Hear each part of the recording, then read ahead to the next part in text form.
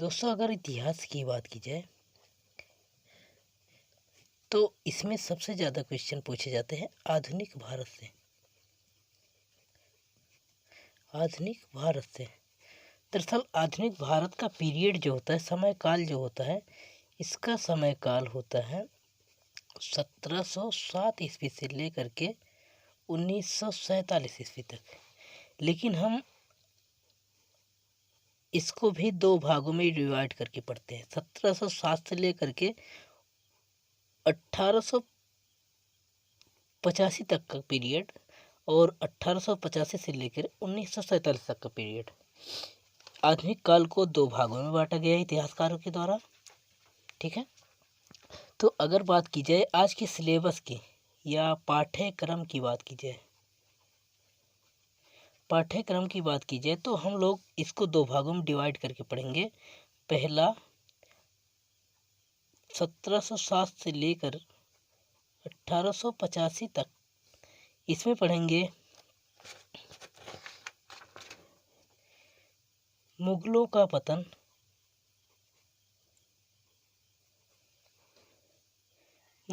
पतन, फिर पढ़ेंगे हम यूरोपियों का आगमन,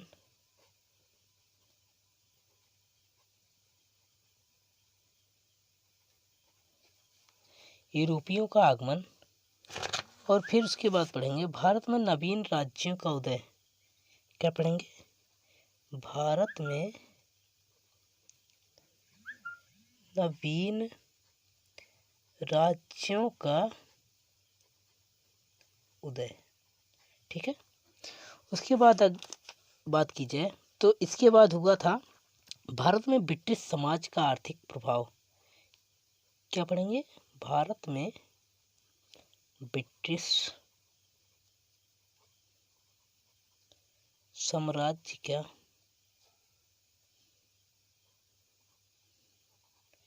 का आर्थिक प्रभाव। उसके बाद हम पढ़ेंगे सामाजिक एवं धार्मिक आंदोलन। क्या पढ़ेंगे? सामाजिक एवं धार्मिक आंदोलन। उसके बाद पढ़ेंगे ब्रिटिश साम्राज्य के, क्या पढ़ेंगे? ब्रिटिश साम्राज्य के अधीन कुछ महत्वपूर्ण विकास।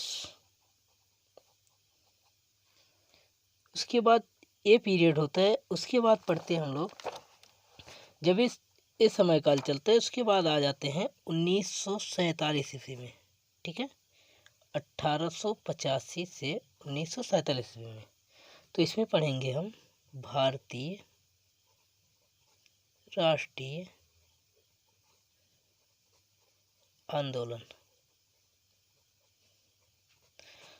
दोस्तों, ये बैच जो होगी हिस्ट्री की, वो कवर करेगी ROA को, PCS प्री को, UPSC प्री को, ठीक है, और SSC के सभी एग्जाम।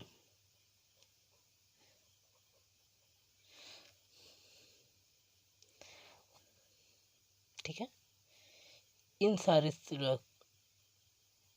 अगर बात की जाए कि एग्जामों की, तो इन सारे एग्जाम्स की तैयारी इस बैच से हो सकती है, हिस्ट्री की, सिर्फ हिस्ट्री की। ठीक है, आगे बढ़ते हैं।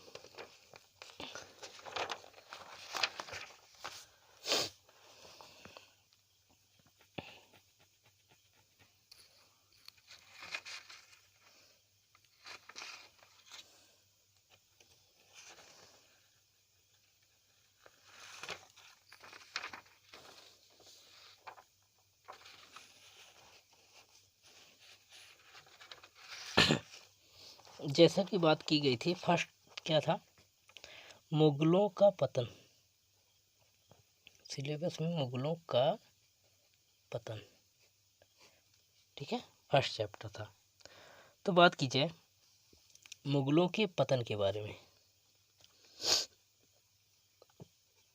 देखो, मुगल साम्राज्य बहुत बड़ा था, ठीक है, वो अपनी वैभवता एवं कुशलता के कारण सारे विश्व में प्रसिद्ध था। पूरे विश्व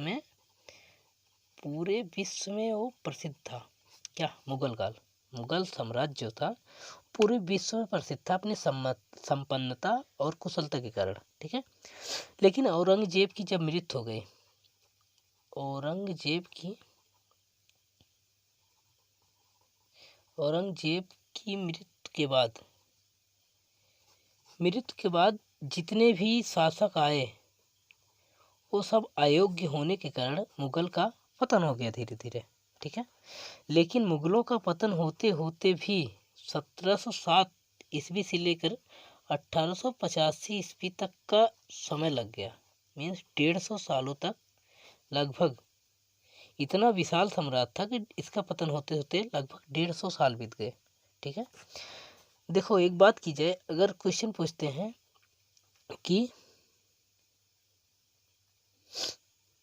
पूछते हैं कि औरंगजेब के बाद जो भी राजा हुए उनको क्या कहा जाता था? उनको कहा जाता उत्तरवर्ती शासक कहा जाता था। क्या कहा जाता था? उत्तरवर्ती शासक। जो औरंगजेब के बाद आए उनको क्या कहा जाता? उत्तरवर्ती शासक कहा जाता था, ठीक है। मुगल काल का आखिरी बादशाह औरंगजेब आलमगीर था। इसका शासनकाल 1658 से लेकर के 1707 ईस्वी तक था, ठीक है। मुगल काल का आखिरी बादशाह जिसे माना जाता है वो माना जाता है औरंगजेब आलमगीर को, ठीक है। इसका शासनकाल जो था 1658 से लेकर 1707 ईस्वी तक का पीरियड था। तो मुगल काल में सबसे लंबा शासनकाल औरंगजेब का ही माना जाता है। सबसे लंबा शासनकाल औरंगजेब का ही माना जाता है। इसके शासनकाल में कुल 21 राज्य थे। कितने राज्य थे? 21 राज्य थे, ठीक है। इन राज्यों को सूबा कहा जाता था। क्या कहा जाता था? सूबा कहा जाता था, ठीक है। यानी कि इसके शासनकाल में कुल 21 सूबे थे। जो एक सूबा, उसमें से एक सूबा था अफगानिस्तान के काबुल का।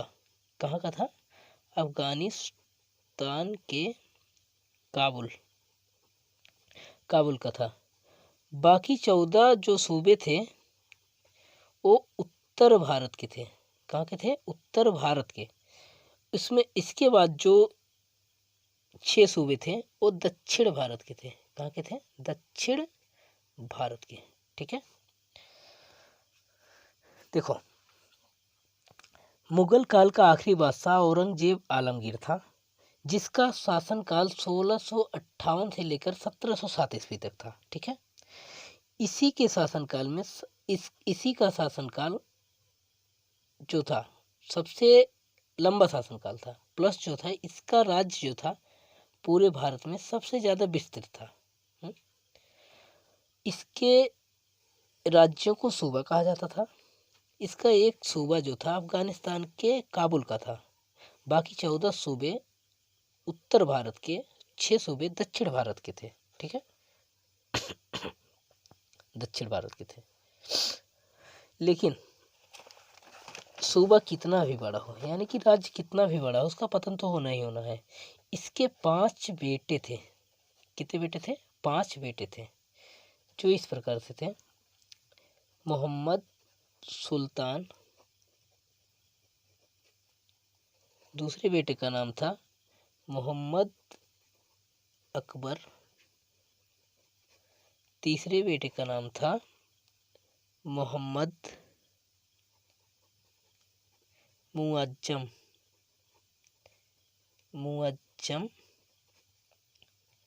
चौथे बेटे का नाम था मोहम्मद आजम, पांचवें बेटे का नाम था मोहम्मद काम बख्श, ठीक है। लेकिन औरंगजेब के जिंदा रहते ही 2 बेटों की मृत्यु हो गई थी। कब हो गई थी? जब औरंगजेब जीवित था। बचते हैं 3 बेटे। बचते हैं 3 बेटे। तो जब औरंगजेब की डेथ हो गई, ठीक है, औरंगजेब की डेथ हो गई 1707 ईस्वी में, ठीक है, 3 मार्च 1707 ईस्वी में औरंगजेब की मृत्यु हो गई थी। हाँ,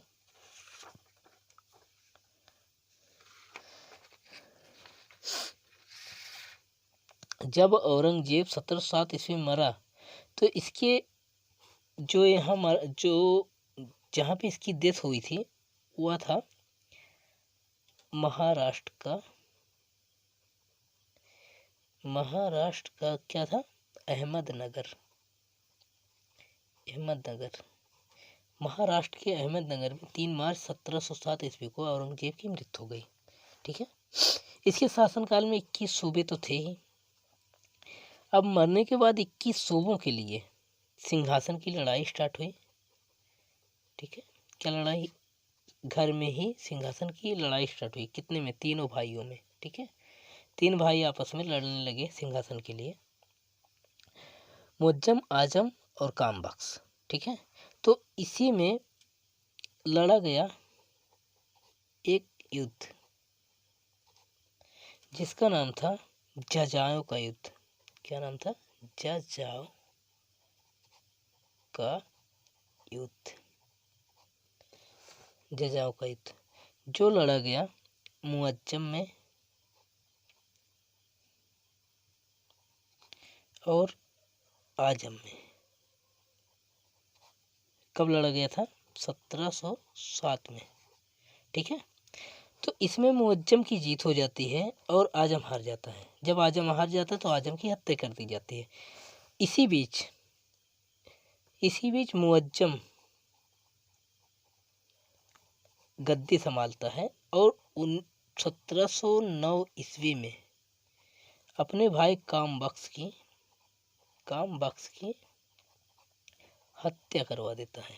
क्या करवा देता है? हत्या करवा देता है। ठीक है, और हत्या करवा देता है।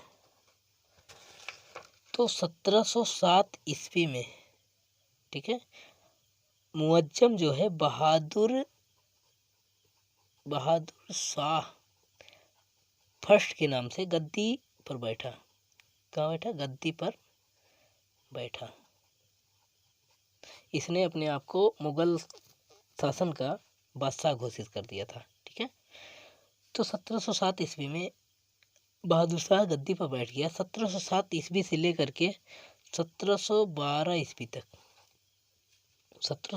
तक इसका शासनकाल चला। तो दरअसल ये जब राजगद्दी पर बैठा तो इसकी उम्र कितने साल की थी? 63 वर्ष की थी। ठीक है, यही एक व्यक्ति था मुगल काल में जो कि सबसे ज़्यादा उम्र का बादशाह था। इसकी उम्र सबसे ज़्यादा थी, इसीलिए इसे बूढ़ा बादशाह भी कहते हैं। क्या कहते हैं? बूढ़ा बादशाह। क्वेश्चन पूछेंगे यहाँ, बूढ़ा बादशाह कहते हैं, तो इसी को कहते हैं। और एक चीज़ कहते हैं, बूढ़ा बादशाह शाहे बेखबर। क्या कहते हैं? शाहे बेखबर के नाम से भी ये जाना जाता है। ठीक है, बहादुर शाह जफर को बूढ़ा बादशाह एवं शाहे बेखबर कहते हैं। अगर सबसे ज़्यादा उम्र में पूछा जाए कि सबसे ज़्यादा उम्र में जो बादशाह बना था उसका नाम क्या था, तो बहादुर शाह प्रथम। लेकिन सबसे कम उम्र में जो व्यक्ति बादशाह बना था वह था बाबर। कौन था? बाबर। सिर्फ और सिर्फ 13 वर्ष की आयु में बादशाह बन गया था। राजाभिषेक भी हुआ था पंजाब के कालानौर में। इसका राजाभिषेक कालानौर में हुआ था ना, पंजाब के। बहादुर शाह जफर ने सबसे पहला काम क्या किया कि जब राजगद्दी पर बैठा बहादुर शाह प्रथम, बहादुर शाह प्रथम जब राजगद्दी पर बैठा तो सबसे पहले इसने किया क्या कि सिखों के 10वें गुरु और अंतिम गुरु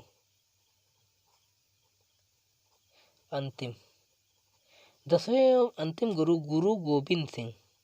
कौन थे? गुरु गोविंद सिंह।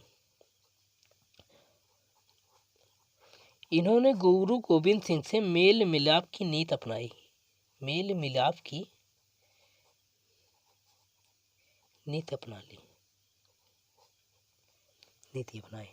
लेकिन दरअसल मेल मिलाप की नीति ज़्यादा दिन तक चल नहीं पाई, क्योंकि सिखों के 10वें गुरु की जो मृत्यु हो गई थी वह 1708 ईस्वी में हो गई थी। मतलब 1 साल तक मेल मिलाप की नीति चली।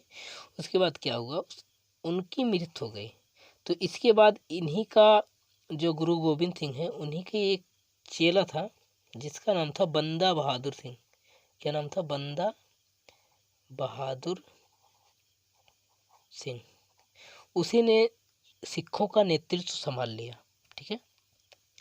अब एक बार जहाँ पे बूढ़ा बादशाह जो है मेल मिलाप की नीति अपना करके मुगल साम्राज्य को बचाना चाहता था, वहीं उनकी मृत्यु के बाद, गुरु गोविंद सिंह की मृत्यु के बाद फिर से एक बार संघर्ष की स्टार्टिंग हो गई। फिर से एक बार शुरू हुआ संघर्ष मुगलों के खिलाफ सिखों का।